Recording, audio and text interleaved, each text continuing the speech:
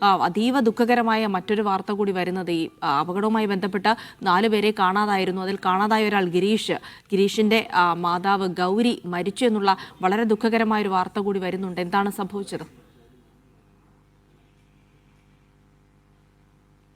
ജെൽസി, ഈ അപകടവുമായി ബന്ധപ്പെട്ട് കാണാതായവരായി സർക്കാർ പ്രഖ്യാപിച്ചിട്ടുള്ള 4 പേരുടെ പേരുകൾ കഴിഞ്ഞ ദിവസം നമ്മൾ പറഞ്ഞാണ്. അതിൽ തിരുവമ്പാടി ദേവസ്വത്തിലെ ജീവനക്കാരനായ ഗിരീഷ് ഉണ്ട്.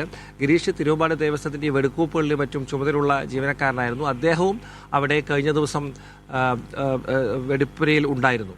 അദ്ദേഹത്തെ കാണാനില്ല, അദ്ദേഹത്തെക്കുറിച്ച് വിവരങ്ങളില്ല എന്നാണ് അധികൃതർ നമ്മോട് പറയുന്നത്. ഗിരീഷിന്റെ ബന്ധുക്കൾക്ക് അദ്ദേഹത്തെക്കുറിച്ച് ഇനി എന്താണ് പറയാനുള്ളത്, എത്തരത്തിൽ കണ്ടെത്തൽ നടക്കണം എന്ന കാര്യത്തിൽ അവരെന്താണ് ഡിമാൻഡ് ചെയ്തത് എന്നറിയാനാണ് ഗിരീഷിന്റെ ബന്ധുക്കളെ കാണാൻ നമ്മൾ അവിടെ എത്തിയത്. അപ്പോഴാണ് അദ്ദേഹത്തിന്റെ അമ്മ ഗൗരി രാവിലെ മരണമടഞ്ഞ വിവരം സുഹൃത്തുക്കളും മറ്റും അറിയിക്കുന്നത്. ഇവർ അസുഖബാധിതയായി ചികിത്സയിലായിരുന്നു. കഴിഞ്ഞ ദിവസം പോലും ഇവർ മകനെ അന്വേഷിച്ചിരുന്നു ബന്ധുക്കളോടും മറ്റും. പക്ഷേ ഗിരീഷ് അവിടെ ഇല്ലാത്തതുകൊണ്ട് തന്നെ കാണാൻ കഴിഞ്ഞില്ല. ഇന്ന് രാവിലെയോടുകൂടി അസുഖം മൂർച്ഛിച്ച് അവർ മരിക്കുകയായിരുന്നു.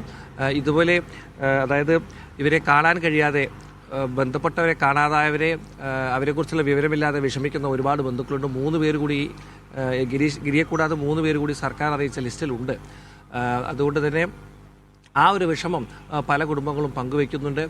അതിനിടയിൽ തൃശ്ശൂർ മെഡിക്കൽ കോളേജിലും ഈ മൃതദേഹങ്ങൾ കൈകാര്യം ചെയ്യുന്നത് സംബന്ധിച്ച നടപടികൾ തുടരുകയാണ്. എന്നാലും അതീവ ദുഃഖകരമായ ഒരു സാഹചര്യത്തിലൂടെ തന്നെയാണ് പൂരം നടത്തിപ്പുകാരും കടന്നു പോകുന്നത് എന്നുള്ളതാണ്.